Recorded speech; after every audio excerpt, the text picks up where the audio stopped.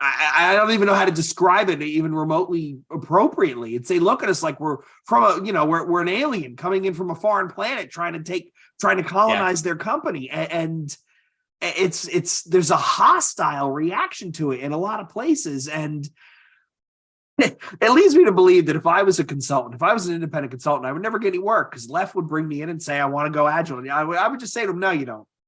No, you don't. Here's what it's going to entail. Do you really want to do this? No, you don't want to do this. So why don't you just give me $1,500 and I'll go about my business and we can both go back to our lives being happy. I always said it's that it was whatever the title that we have, like whatever level that we're at within the organization, we're always going to be at the kiddie table.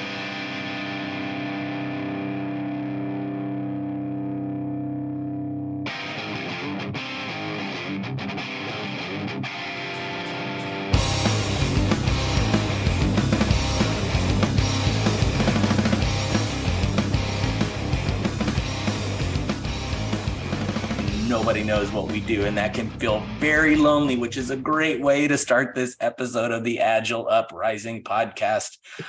I am not saying greetings because the usual host is not the host this time, but he is here. I am Merman. I have Left and Hershko with me, and what feels like, mostly due to my personal issues, it's taken forever for us to schedule a podcast to talk about loneliness. So here we are, the day when we get to be off working. Let's talk about work, right? Get us ready for what's about to start again. Sure, why not? Let's get it, especially because I'm going to turn this sucker around quick. What a great way to start the year off by, but let's reframe some stuff that we've had. If you're a tortured enough soul that reads chrismerman.com, I wrote a couple months ago about loneliness, and strangely, one of the most, if you read through it can read through kind of despondently and very, very, very dour in my tone of voice and such. It was probably the most popular podcast or popular blog I've ever written in my blog's journey. It was shared more. It was talked about more. We talked about, like, every single podcast in 2022. It feels like I heard about loneliness, from Next Big Idea to Freakonomics to Hidden Brain. Like, they all talked about happiness project. Like, they all talked about loneliness. So and Andrew Left, let me start by asking you, like, how comfortable, like, if this is a topic for you too, Jay, like, how comfortable are we talking about this? Like really, like, the three of us have talked about it because I've brought y'all in, y'all are part of my personal life as well, and y'all are great friends, but, like, how comfortable are you talking about loneliness? I'm pretty comfortable. I mean, I feel like, I try and show up as vulnerable as I could be. I mean, I don't think loneliness should be a shameful topic. No, we all experience it. No, it's a human thing. It's a human thing. I talk about it all the time. I mean, the last couple of years have been kind of fucking nuts, and it really pushed us. I mean, humanity as a whole, it pushed us, well, especially in the weird world, right? The Western world. It pushed us truly to the brink of how humans can how successful can humans be when isolated from each other? Because, Merman, you just mentioned the happiness advantage, right? And there's the stuff with the moral molecule by Paul Zak, where humans deal with ostracization. Jesus, that was a big word for being sober. We experience that being part of the out group like physical pain. It is comparable to a physical malady, how we experience that. And we literally force everyone to feel that as the world's worst sociology experiment. Right? Like, just go home and deal with it. And some people didn't deal. I mean, I didn't deal with it well. I've admitted that on multiple podcasts, right? Like, yeah, you're going to tell an extrovert to stay in the fucking house? Like, you kidding me? Sock puppet shows? Eventually that gets old, man. It gets old. Now, all right. Now, to be clear, because this was my second question, do you feel like, Jay, I'll ask you first, do you feel like people truly know the difference between loneliness and being alone? Like, do you feel like that's a distinction people can make? It's a bit of a nuance, and I'm not sure that everybody can, because there is a difference between being alone and being lonely. So, for example, my wife left today. She's gone for a week. She's going away for a week. She's God dog bless sitting you. for her girlfriend up in North Jersey, or she's with her other boyfriend, whatever. And I'm alone, but I'm not necessarily lonely. Now, I can tell you she's gone for a week. Halfway through the week, I'll start to feel lonely. Sure. I'll start to feel like there's a part of me, and I maybe, here we go back to semantics. Loneliness to me is the feeling like something is missing, the feeling like I am not fully whole. That's how I experience loneliness. And to fill that space, it's either the presence of another person or being out with people. And there is a difference between being lonely and being alone. And some people are comfortable being alone, and that's okay, right? We all know the introverts. That's fine, whatever works for you. But there's times, I think, where, to your point, Mervin, and I think this is probably what you're scratching at. There are times where people think they're okay being alone, and they're actually not. Yeah. And that self-reflection is probably, the first step to fixing a problem is admitting you have a problem. That's probably paramount for a lot of people. Because I don't think a lot of people dealt with the 2 years we were locked in the house. I don't think they really dealt with the feeling of, oh my God, I'm alone. Certainly the divorce rate improving as those people dealing. Man, if I knew then what I knew now, the two things I would have invested in were funeral homes and divorce attorneys, right? Like that would have been the two things that make a lot of money in short Tesla stock, but that's neither here nor there. Yeah, well, what you're describing, and I'll throw that to you after this left, what you're describing is something that can be provable, right? Like I can physically prove whether I'm alone or not, right? There is another like that is quantifiable.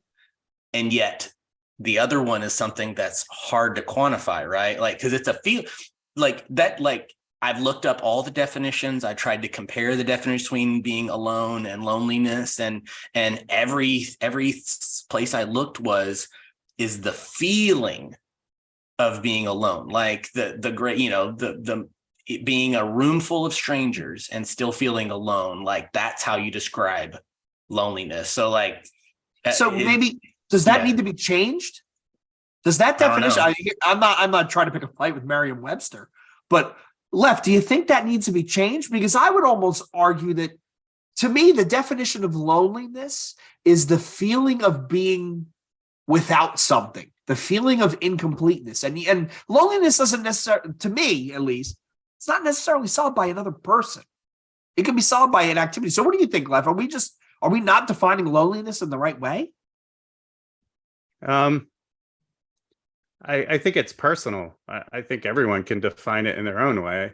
I think if the standard, right, is whatever the dictionary tells us, that's one way to put it. But how many times have we been in relationships, whether personal or professional, where we're surrounded by people and we still feel very lonely, right? Sometimes it can feel lonelier. Yep. Right. Like in a bad marriage, right? For example, being divorced, sometimes it feels lonelier being with somebody that doesn't want you around or has no desire to interact with you than it does to actually be alone. So I think there's various degrees, like anything, but I do think that it's terribly personal when we talk about loneliness too. And especially some of the it kind of aligns to some of the work that we do, or the work we do is not always in favor of the mass majority, right? It takes a lot of momentum, which can oftentimes feel lonely since we're cutting against the grain, right? Like we've been doing it this way for 20 years, blah, blah, blah. Why do we need to change now? Well, here's some opportunities.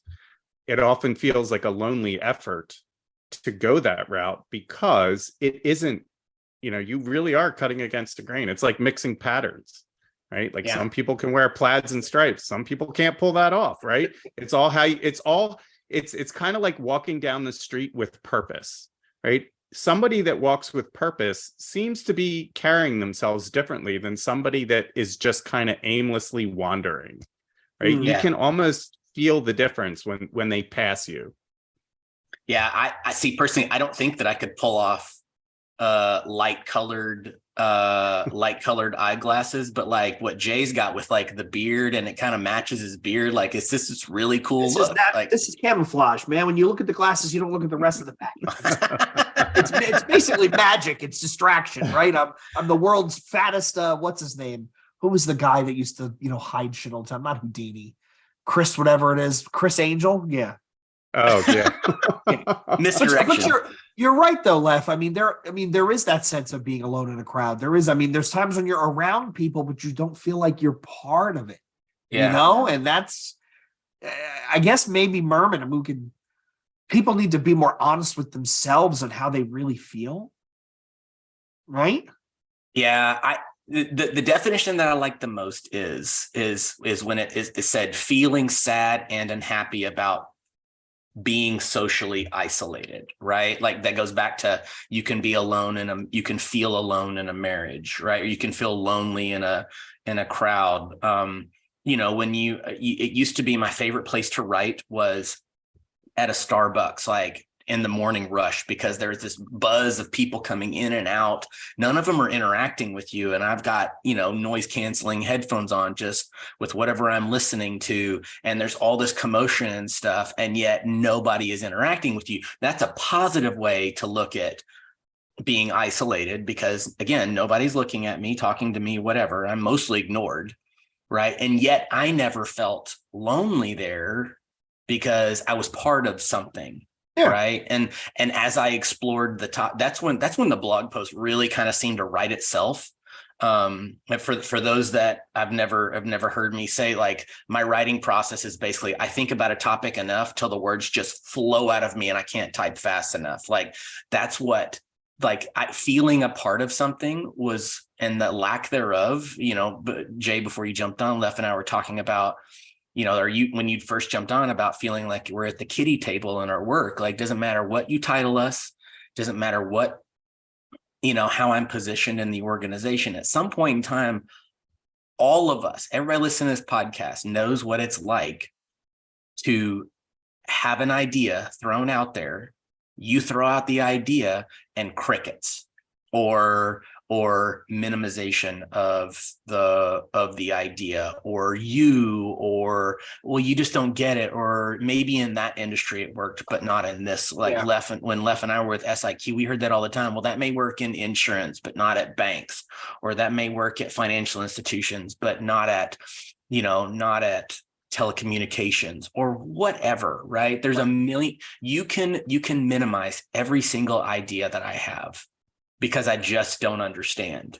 And I feel like that's, if I could quantify quote unquote agile loneliness, it's whatever our work, lonely in our work is, you're the only one in the call that feels that way, and you are easily dismissed because you just don't get it.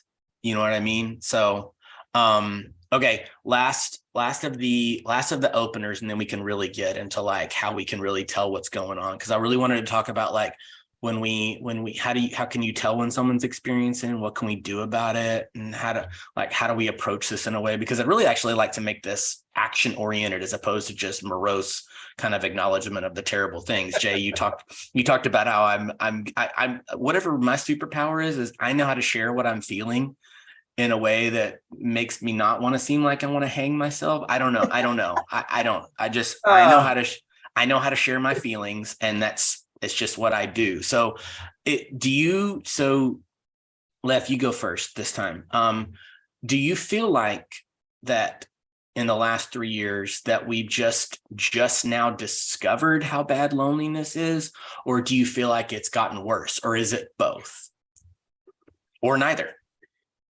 I don't think it's been, I mean, to me, it's something that, at least, okay, for me, I've experienced my whole life. So I don't know if it's just been isolated to the past couple of years. And I kind of have almost embraced it in a way to use it as a crutch, right? To use it as an excuse for possibly not pushing myself or seeing past it, right? Like this overarching kind of feeling, whether it presents itself or manifests itself as loneliness or depression or isolation, I think it has been amplified in the past 3 years due to the fact that a lot of us, right, at least I'll speak for myself, traveled every week, right, in a new place, constantly having to, and I'm not the most outgoing of individuals, right? It takes a lot of energy for me to kind of put myself out there. So not having that, push has kind of made me more of a recluse where I'm not pushing myself. So that loneliness does creep in a little bit more, and it's almost comforting. I know it's always there. I know it'll be consistent. I know I can lean into it and use it as an excuse not to push myself to do the things I know I should be doing. So I think, to me, it's become more damaging because I've taken advantage of it in a way that I should be kind of not, right? Like I just should not do those things. Yeah, well, it's funny. I find it easier to put myself out there, but when I am not met with the response that I want, I would tend to pull back. In the last 3 years, I pull back quicker. So like I still put myself out there really quickly, but it takes just the slightest amount of like, I read something that Jay writes on Discord the wrong way, and all of a sudden I'm pulling back and being like, Jay hates me. He never wants to do anything with me ever again. I'm just using your name as a reference, Jay. But like, you know what I mean? So like I pull back quicker than I used to. So I don't know, Jay, what about you? So to answer your leadoff question, it's loneliness right now is a lot like the whole mental health thing, where it's always been a concern. People who have had at least some semblance of empathy to other humans have realized that mental health is important, right? We as coaches, we probably see it more than most because the shit that we're taught in these classes is dripping with it, right? So I would say our spider sense was more highly attuned to it than it seemed like everybody else. Not to say that we're better, we're just different due to our training and our experiences. And then all of a sudden we locked everybody in their basements and mental health became a thing. Well, it's not that it became a thing. It's always been a thing. It's just because you had a much larger population, maybe showing the signs of strain, it was something that's more, it's shifted in the Overton window to be socially acceptable to talk about at work. Things like, I'm really struggling right now. Things like I don't like being stuck in the house. Things like I feel lonely. So I don't know if it's changed as much as I guess I just talked myself into my own explanation. The Overton window has shifted about what is acceptable discourse when it comes to dealing with coworkers, and the idea of loneliness and mental health is now, it's not off the table like it used to be. Right. We in our childhoods we had don't ask, don't tell. Right. If y'all remember that. And then that went away. And then all of a sudden it became to talk about. It just became okay to talk about. If the last 3 years has made it okay to tell your boss, I need a mental health day, and then you not get judged for it, or, hey, I just don't got it today. I feel like in most organizations we're allowed to say that now. So it is a good thing that we are more aware of it. And yet at the same time, I wrote today about mental toughness, right? And so mental health was step one of, we all need to make it okay to talk about our mental health. But I feel like in 2023, we can't just talk about the health. That's the awareness, right? So we're paid to be aware of what's going on. So we're just more aware of everybody being, lonely, and like we're supposed to notice the person, which we're going to talk about here in a minute. We're supposed to be able to notice the person that's being a little too reclusive or a little too quiet, a little more quieter than normal. Like that goes back to my Scrum Master days of like, I should be able to tell that the engineer in the room who's normally saying something is saying nothing, or the tester that's saying nothing is saying something. And I'm picking random roles that say this kind of a thing. So like, awareness, it's almost to the point now where awareness is about to not be enough. I'm not saying it, I'm not putting everybody on notice. I'm just saying in 2023, if all you're talking about is how we need to be aware of mental health, awareness ain't going to cut it anymore. We have to start taking steps. Being able to say I'm lonely is about to, like, hopefully we're destigmatizing it to the point now where, okay, that's great, but you can't just say I'm lonely and then I leave you alone about it. At some point in time, you got to start taking a step forward. Does that resonate at all? Yeah. Can we talk about the insanity of if we think about at work, right? It is easier to talk about what you do with your genitals than your mental health.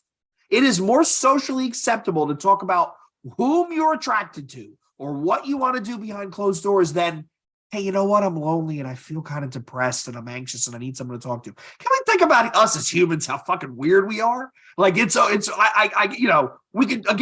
talk about what we do in the boudoir and that's okay at work, right? We have entire holidays for it. But to say I'm lonely and I'm really kind of struggling and I need some support, up until now has been totally remote. There's some weird. I thought you were about to say it's okay for us to talk about vasectomies at work. Well, yeah. I mean, yeah. Okay. By the way, we're just going to drop that. If your doctor tells you need to be put out, find another doctor. We're gonna bingo that away. Left. Okay, fair enough. Yeah, but no, I think Jay raises an interesting point, and it's something that, being of my age and in the industry, is we've been conditioned a certain way, right? There's certain things you talk about, and there's certain things you don't. Now there's been a fundamental change, and I think we're now starting to feel the effects of those changes in the workplace. And I think this boils down to really the themes across. So I'm going to pose two scenarios, right? I'm going to kind of talk about trust, right? So do I trust people with my feelings, right? And that stems all the way back to, whatever psychological damage we've experienced through our life. And then the other thing is, when someone says they're lonely, what do you do with that? How far do you go? How much do you probe and pry and try and extract, right? Or do you just, I don't know what to do a lot of that. I'm not a professional psychiatrist, psychologist. I don't know, what the appropriate thing to do is. I don't expect my company to train me for that, right? In the workplace. At home, when I talk to my spouse, she's like, when I feel lonely, I just want you to give me a hug. Why can't we get to a place in our lives with our professional situation or personal situation where people feel comfortable to articulate what they need? And that be okay, right? Like, what's the professional version of I just need a hug? It may not be okay, but it may not be okay. So let's talk about that. That's right? telling. So if you can tell that in an interview that's an organization that's not going to be okay with that, is that a company you want to work at? But even that statement, is it okay, right? That is truly a personal thing, right? That is truly a personal thing. It's like, to your example, F, where you said, I just wrote it down. Do I trust people with my feelings, right? There is something to be said about the understanding that I guess it comes with maturity for all of us. There is something to be said with the understanding that, my feelings are mine. And when I tell you I'm feeling X, that's me expressing to you what's going on in my head. Mm-hmm. So maybe you can understand why I am being the way I am at this time, right? In this context. But you also touched on inadvertently when someone says to us, I feel lonely, I feel anxious, I feel scared, I feel tired. As humans, we want to help them. And our first reaction is our brain just starts kicking up and saying, well, what can I do? How can I help this person? Where, to your point, Left, it is kind of uncomfortable. Sometimes where the best thing you can do is, how do you gracefully acknowledge that someone has shared their feelings with you without insulting them, without trying to solve their problem? Like, now we're getting into the clean language and, like you said, true psychology, the psychiatrist aspect of it, where none of us are really trained to do that. I mean, I can get someone to kill themselves. It's probably not the best life coaching job I would ever want. But what you're really doing is, when I say to you, Lef, I'm really lonely right now. Maybe I'm just looking for acknowledgement. And let's take a moment to be understanding of what our managers and our leaders go through, right? When you have a one-on-one with someone and someone says, man, I am just miserable and depressed, right? And even if you have a good relationship with that person, a solid emotional connection, it can still be really dicey. Yeah. It can be gnarly to try and get through one of those conversations. Well, there's that whole that do no harm aspect to, is what you're saying, to like, how do you listen to them without you don't want to minimize them, but you acknowledge it. But like, I don't know, that goes back to the whole like, okay, what do you need me to do in this conversation? Do you just want to talk, or do you want me to do something back? Like, what do you, I don't know. Go ahead, Left. Yeah. No, and I think it also, the reason why I was kind of chomping at the bit was I used to joke about this, but it actually, to me, it makes sense. It's when I can talk trash about my family all day long. I can put them down. I can be, mean. But the minute someone else does, they've crossed the line, right? Like I've given them permission to follow my lead, yet I don't like it, right? Like you have not earned that right. And I feel like a lot of times, if I'm willing to share my feelings with somebody or someone sharing, how do you take their feelings and not do in that situation, right? There's certain things, where's the line? And I think we all have trouble defining what that line is for ourselves, or it's moving, right? It's always moving. Some people I'll accept it from, others I won't. So it makes it really hard it goes back to your original question, Chris, or Merm, sorry, I won't use your first name since we don't use first names. How do you define this? And I don't know if you can do a blanket statement for everyone. And I think that's why this makes this a hard discussion, is because it's hard to make a blanket statement for everybody, since everyone is so different, and feelings, especially loneliness, can be a huge trigger. And if we don't actually spend the time to understand what triggers us, how to be okay with being triggered, how to separate ourselves from a triggering situation, or even acknowledge that it's a trigger, to understand how to take that and do something other than make an enemy or get pissed off or write somebody off and say, screw that person, they crossed a line with me. Well, I never knew where the line was, right? Yeah. I'm more than happy to apologize, but it feels already too late. I've already screwed up. And the line could just always be in flux for every single one of us, like there's the day that our wives all can look at us and say something that they've said before, and just for however I'm showing up that day, I'm a bit touchy to it, and so it makes it to where you're like, I don't ever, that notion of I don't know where the line is, and which makes the question of how can we tell if someone's feeling lonely, maybe it's impossible to answer. So is that, Jay, do you feel like that's the case? I don't know. because I think about it, and I've never actually had someone say to me, I'm lonely, right, in those exact words, but it's kind of there. It's going back to your point about how do you acknowledge someone's feelings. So what do I say if someone says to me, one of my employees says to me, I'm feeling really kind of depressed. It's tough, right? It's tough to have that. Oh, well, what follows that? Well, do I say, I'm sorry to hear that? Do I say, how can I help? Do I say, do you want me to help? Do I make some like kind of SNL remark and say, I'm acknowledging that you feel depressed, right? Like kind of like meeting minutes, it's tough. And even with the same person, to your point, Left, right? No, Mervin, to your point, you just made it, where your wife could say the same thing to you 10 times. And that 11th time she says it, for whatever reason, that day it pisses you off, right? Every situation is completely unique. And if someone says to me, I'm kind of depressed right now, it's tough. It's tough. Yeah. In my blog post I wrote about the topic, I said, perhaps we aren't the only ones feeling what we are, or how we are, or how we got there, but we don't feel accepted by others, right? Like that's how loneliness manifests for me, is that I either this group of people accepted me when I first started and now they don't, right? This team has expressed trust in me and now they don't. One person who I always could count on, for whatever reason, they're having a bad day. It's so crazy how everybody else can affect where I am on the loneliness spectrum, most of the time without even knowing it. Do you know what I mean? Like the stand-up where the scrum master or product owner, it usually shows up one way, man, they just might be having a shitty morning, And then all of a sudden now and that puts pressure on, because nobody should ever have to have the burden of, years ago, one of my peers, when I was at Bottle Rocket, he would say like, hey, like, it was when I was going through my divorce. He's like, I know you're hurting, but people need you. Like, he's like, you need to, and he looked at me in the eye and said, you need to show the fuck up for them.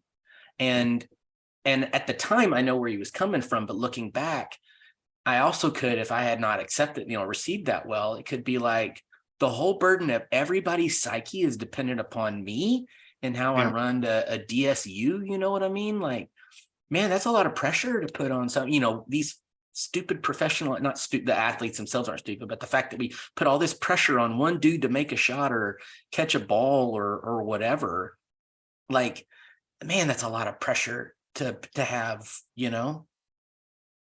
it's almost, it's something that's impossible to measure, quantify. Yeah. All of a sudden I need to be able to, so maybe another way to put it is what are some phrases or wordings do you feel like, other than just the obvious of, Jay, you said nobody's ever said I'm lonely right now. I have texted the words I feel lonely in the last few months just because I've tried it out. You know what I mean? Like, I sent it to Lockhart once a couple months ago, and he's like, I don't know what you can do. Like, get up here and see me, man. Like, I'd love to see you. And granted, he was trying to be helpful, and there's nothing wrong with his response. And yet at the same time, like, so anyway, it's because it's messy, and us humans, we don't know how to react. We want to help. We want to help. We want to fix. We want to help. We want to caring about someone means you want to fix it or you want to help. Both of you have been very kind to me, over the years of knowing me. Like, so other than saying I'm lonely, what do you like? Both of you, like, what are some wordings that could mean you might need to ask further. I might be feeling a little lonely right now.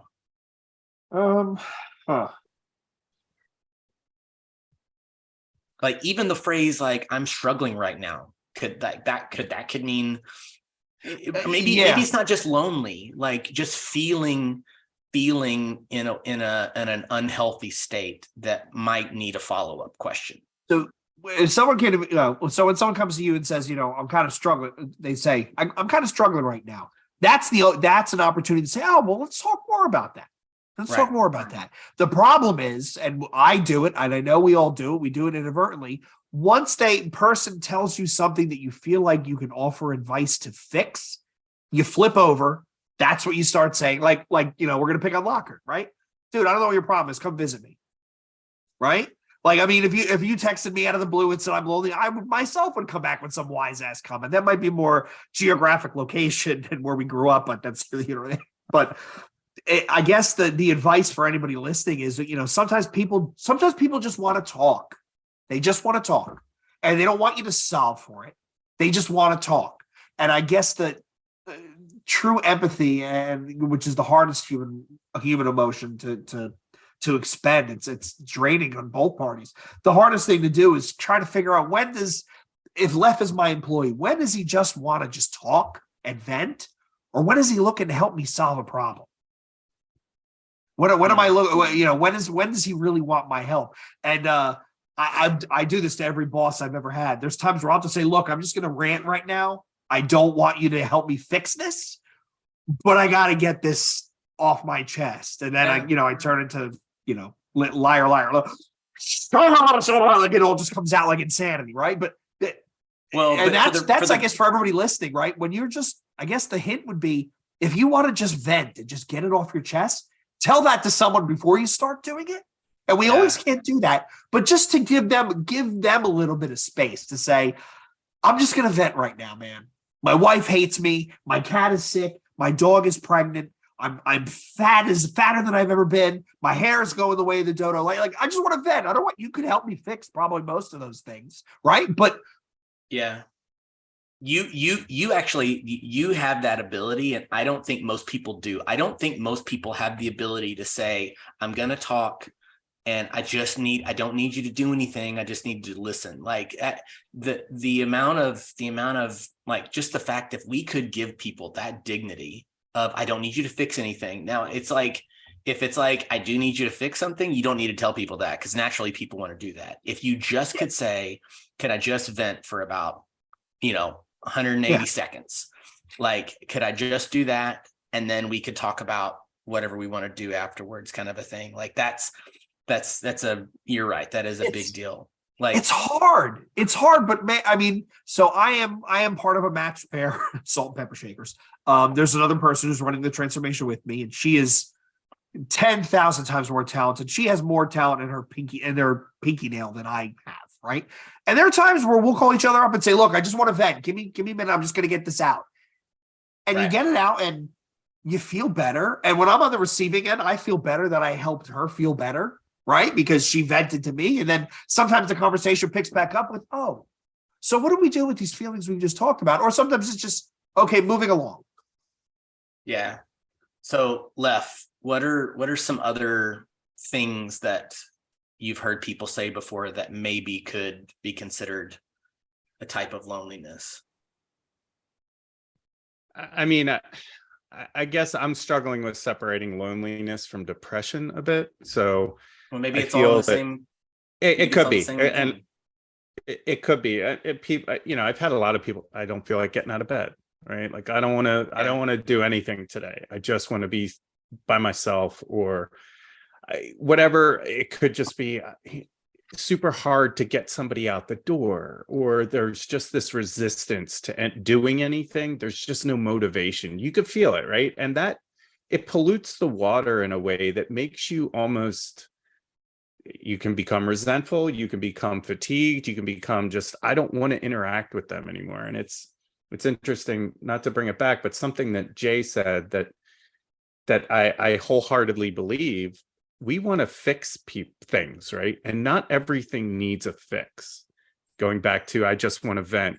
But I think it's hard for us to articulate what we need in the moment when we may not know. So we put the kind of onus on someone else to figure it out.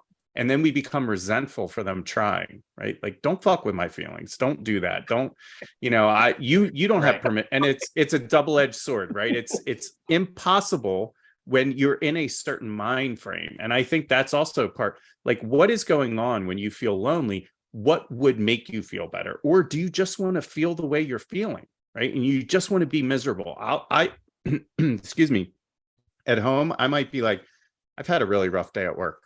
I need time, and I need people to leave me alone, right? It's not personal. It's nothing you did. We're not ending our relationship. I'm not going to go, pack my bags. I just need a couple hours to kind of get over this, because if I don't have that time, everyone's life is going to be miserable, because I'm miserable right now. And I think that, I don't know if that's maturity. But you verbalize that, don't you? Yes, I verbalize that. Yeah. Right. But it takes a lot of energy to do that. And I'm not consistent, right? There's some days where I'm like, I just want to be pissed off. And I want everyone to know to leave me alone. But then I'll give them a hard time for leaving me alone, because I'm like, well, now I feel lonely because you didn't ask me what's wrong. Right. So it's this constant kind of psychosis that's like, no one can do anything right in the moment. And that's a really hard place for people to be. And I have to be so self-aware. I have to be honest. It's like this vicious circle of like, does loneliness beget depression, or does depression beget loneliness? Or is it all part of the same cycle of something feels off? It could be a million things. It could be a million other things, right? It could be because I say this, I've said this in so many interviews over the last bit of time, like, I bring my whole self every day as a way of describing, like, you don't get just this little part of me that I pull out of a box for 8 to 10 hours a day and do this stuff, and then I put it back in the box and it goes cleanly back in the box. There's no mess whatsoever. I take it out of the box. The fact that we ever thought that was the case is silly to me. I mean, but now you got me thinking, right? So everyone has always brought their whole selves to work. We always have throughout history as humans. Is it now not, and I'm not attacking you, Mervin, I'm thinking out loud. Mm-hmm. It's not that now it's okay to bring your whole self to work. Maybe in the past, People didn't want you bringing your God gratuitous air quotes. This is terrible fucking audio. People didn't want you bringing your whole stuff to work because they didn't know how to deal with it. Right? Like, for your example, like when someone's going through a divorce, right? That is probably one of the most painful things you will go through, short of losing a spouse, a child, or a parent, right? It's up there. And sure. we say, don't bring your, you can't bring your personal life to work with you. Well, bullshit, because your personal life it's you, it's part of you. I think people used to say that because it was easier to say that than to deal with the lead weight of, I have my friend who's going through a divorce and my heart cries out for them and I can't help and I feel so useless, and I want to help them, but I don't know how. And, it's like waves. It sets off waves and everyone around you. Sure. So maybe it comes down to just, vocally saying, look, I need to, like you said, there's times I come up out of the basement. It's, look, I just had a shitty day. If you talk to me right now, I know I'm going to be an asshole and say something stupid. So just leave me alone and let me wallow in my own self-pity for like an hour, and then we'll have dinner and then everything will be fine. But sometimes you gotta you need that. Maybe that's it, Leff. It's the verbal acknowledgement of what you're going on, of what's going on. Maybe that kind of, I don't know, level sets everything, because people understand that, I'm just being cranky. Leave me alone. Give me a half hour. I'll get over it, Yeah. Well, it begs the question of, as I'm thinking of like, okay, well, what could we do about it? Right. It almost, do you feel like if 3 people, and there's many listeners that I would hope that would consider themselves in the same category as aspiring self-aware peoples, we're better some days than others. If we as aspiring self-aware people can be a little more transparent about that. Maybe if I am the person that says depression, or I voice mental health challenges that I'm having, showing where I'm at on the spectrum today. I used to tell brand new coaches all the time, start your day with, spend 5 minutes writing and saying, how am I showing up today for people that need me? Right? How am I showing up? And just knowing how you're showing up develops this awareness and develops this muscle that we should be having. So do you feel like that if there's truly no way to 100% tell, right? And if our job, and if people that are lonely just need us to listen, and if they need something, if we make them feel heard, make them feel listened, right, that they will ask for something, day off, someone to talk to, your personal cell number, like whatever, right? Like if we do that, like, doesn't that start with, I'm not saying fabricate loneliness or whatever, but can I use how I feel as an opportunity to say, you being this way is okay? Is that a fair ask? Or is that putting too much pressure on us? It might put a little bit, maybe a little bit on us. I mean, I don't know. You know what I mean? Like I'm talking this out with you all. Is the best response to some of these emotionally tricky conversations at work to say to someone flat out, I'm not sure what you would like me to do with this information, which sounds so cold and impersonable, but at the same time, again, a great one of the best coaches I know said to me once, you are not responsible for another person's trauma or another person's emotional well-being. That is not something you're responsible for, in the sense that you are not poking and prodding and pulling those strings. But she did say to me, however, what you are responsible for as a good person is to not make their moods, their emotional well-beings worse. That's what you're responsible for, or to make their trauma worse. If they say to you, when you talk about this sort of thing, it bothers me. Well, as a responsible, mature adult, we should not talk about that thing around that person, because it obviously upsets them. And when they're okay, they will bring that up. Same thing with emotions. If someone comes to you and say, man, I'm really depressed, you don't necessarily have to help them. That's not your job per se.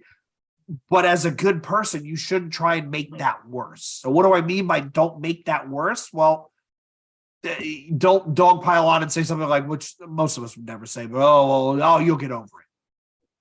Well, like I was thinking the line in Caddyshack where the one the caddy says to Judge Smales, I'm not going to get the scholarship. And he looks at him and says, well, the world needs ditch diggers too. Like the most dismissive response ever. That's as good people. We can't do that.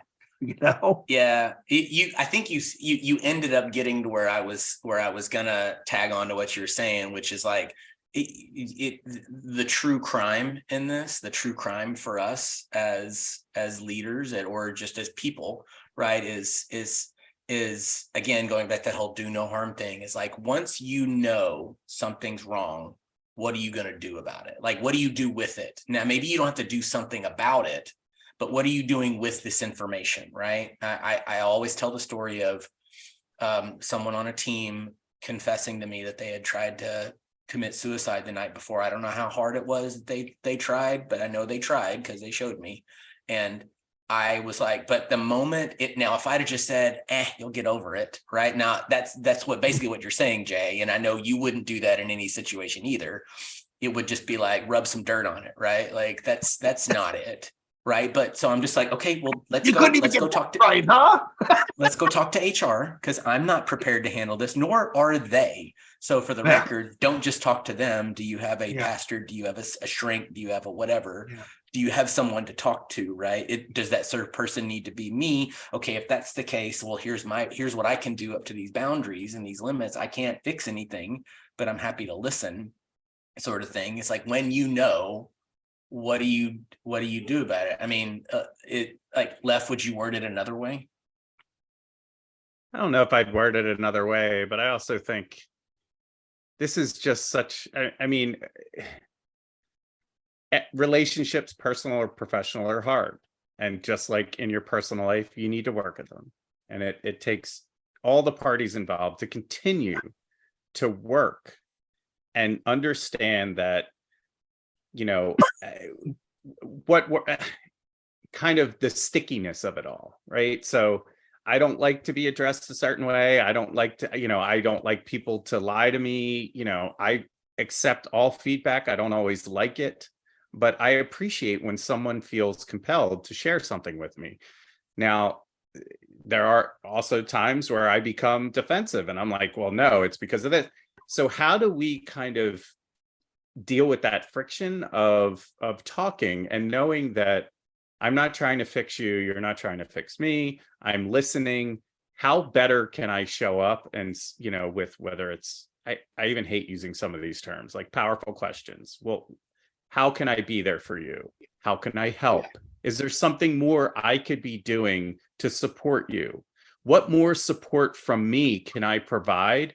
I'm happy to, I don't even like saying this, I'm happy to listen, right? That feels kind of yucky, but I love to listen, right? I'm here to support you and love you in any which way I can to help you at least end up somewhere different. It may not be better, it may not be worse, just explore somewhere different. And how can we continue to work together if this is something that's helpful to continue to evolve and build upon kind of that foundation? And I think that takes a lot of energy, right? I have a day job too, right? So when I'm a people leader, and I am, focusing in on that, as well as all the stress from work, it's hard not to be dismissive sometimes. It's like, geez, every freaking day it's a new freaking problem, right? Like, I don't have the time or energy, but I think that's okay for me to say, I have a really busy day today. I want to talk, right? Like, I want to talk, and maybe it's, I need to put this down. You need to tell me how important it is to have time together at the time you need it, right? And it can't be always crying wolf, because that also puts fatigue on it. So it's having that mutual understanding and revisiting it, whether it's, I hate to say an agreement, but that social contract of discussion of how do we need to handle each other, knowing that we don't always have time to do certain things, and it's not personal. You can't always take it personal unless you're coming across with, screw you, I don't want to talk to you anymore, right? Like, you're driving me nuts. Yeah. You said something in there that reminded me, like the amount of the distance between you two can depend on what our responsibility is in the conversation, right? Like the person that you only talk to once every 10 weeks for PI planning, like it's tough for you to have, you really don't have a relationship. It's like friendships, right? There are friendships that I strongly believe in, but we've not put in the time over the year, or, we've either grown apart, or the distance from lack of travel and COVID and all that kind of stuff has just made the friendship be in a different place, kind of a thing. So that person texting me about my loneliness blog post is going to be different from you two that I have nearly daily conversations with, right? Like we put in and I'm thankful that you two are on this podcast with me, because you two have put in time with me. Like we have time in the saddle as people in each other's lives, like whatever title you want to give it, right? Like y'all are basically family to me at this point in time, right? So like, and for two completely different reasons, and they're both great reasons, right? But like, I can say, like, if I come to you and say, man, this has been one of the worst days of my life, I expect a response to be different from you two than someone that I speak to at the Agile conference once a year, kind of a thing. You know what I mean? Like there is time in the saddle that should matter, that should factor into our response, right? Yeah. There's the establishment of a relationship. Like, so if someone is coming to you, so back to your example with someone who's having some personal struggles with their own life, right? If that's like someone who works for you, who you only kind of sort of know, and they drop that on you, right? That's, whoa, that's, but I would think someone who comes to you and says that, there's already a pre-existing emotional rapport there, right? Maybe it's emotional rapport. Maybe that's what we call it, where you can go into okay, how can I help you? Like, let's talk about this. What more do you need from me? It's like everything else, right? None of these things are black and white. It's all the nuance. And maybe what we can do, the hint coming out of this for me is I need to be more patient with my wife, because when I come upstairs and I start ranting, sometimes she does try and solve. I see now, after having the conversation with you two jabronis, that she is trying to help me solve my problems. And sometimes I should probably tell her and be more specific to say, I'm not looking for you to solve this shit. I just want to vent. And I wonder now, we got me wondering if I'm doing it to her, and that's why she keeps making me sleep on the couch. But there's an emotional rapport that you need to be aware of with the people you're dealing with, because it's not a one size fits all. It's every unique interaction is different, and you have to play it as it goes in that instance.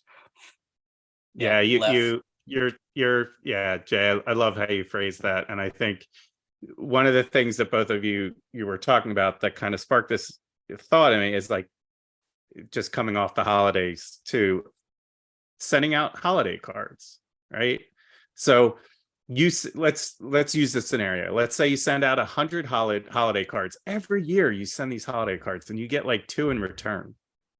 Are you sending them to get a response, or are you sending them truly because you feel like you just want to send that energy out into the world, right? So how do we balance those expectations with saying, I'm doing this because I want to, and I know that I'm not probably going to get the response I expect, but I'm okay with that. I'm not going to carry that disappointment and continue to aggravate myself by sending these cards every year and not get a response that I think I should be getting, right? So that it's a weird mix. And just like your story with Kim, right? Like how we put a lot of pressure on the people around us, especially when we're having a bad day or a tough day. And we expect them, we never think, well, maybe they had a bad day too, because we're so captured with our own kind of thought, right? So it's hard. It's really, really hard. I could sit here and talk about this for freaking ever, man. This just to me is I know I it's have a little two bit things I have to go apologize to my wife for when we're done recording.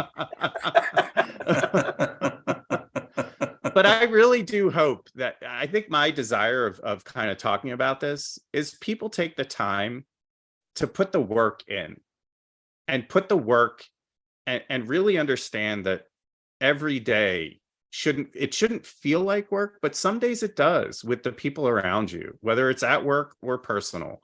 And if you can't dedicate that time, or that person doesn't feel worthy of your investment, sometimes it's easier to leave the love, and go, or sorry, it's easier to not leave the love, to go experience the love you never knew you could have. So that could really span, right? There's security in knowing the misery is there, and I can constantly rely on that emotion to always be there, as opposed to going to explore. And I feel like that blossoms, or really does kind of span across what we do for a living. Is it's easier to do the things we know how to do, even though they make us miserable, as opposed to trying something new that may be better or may not, right? But patterns are comfortable. I'm comfortable in a pattern. I have a routine. Everyone has routines. It's uncomfortable when you break that routine. And some people live their whole life not being able to break away from those routines because that's just how they're wired. And it's interesting to see how to balance that with personal and work. And when we talk about loneliness, sometimes loneliness is a pattern. I'm unhappy with certain things, so I call it loneliness. And I'm not dismissing or discounting anyone that feels lonely, but it's comfortable for me to be in that lonely place because everything around me is miserable, or I make it out to be, because I can't get out of my own way. Yeah. Especially for people like us whose job it is to fix other things, right? Yes. Yes. The Agile conferences may be one of the loneliest places in the world. It's just a bunch of lone wolves walking around trying to fix the everybody's world. trying to coach each other. It's terrible. It's terrible. Oh my gosh. Okay. There's literally no way to end this podcast like smoothly and efficiently. And also I'm weird at starting and ending things anyways, which is why I'm now moving to the cold open sort of a thing. But I will say this, and they aren't the only two. So if you're listening and are wanting a shout out, please know that a text that we can text each other as well. But the two gentlemen on this podcast have shown up for me in day out, whether they wanted to or not, in ways that are meaningful. And because of that, I am now in a place where I can talk about this, I can write about this, and I feel healthier, because if we just destigmatize this and make it okay to say I'm lonely, like leaders, it's okay to talk about how you felt lonely in a room full of your family because they annoy the ever living piss out of you. Or maybe you didn't get to see family because they are either long gone or they've moved away, or, the friendships that have been gone. Like, there is a piece of you that is lonely, right? Everybody struggles with mental health, right? Everybody struggles with feeling isolated. You've done it. Maybe what you should do is find one person that needs to hear it and say it. And I'm thankful these two gentlemen have done it. So, been there for me, and hopefully, if I haven't already, I can still continue to do that. So with that, I will say, on behalf of Jay Hershko, Andrew Leff, I am Chris Merman. Thanks, and have a great new year.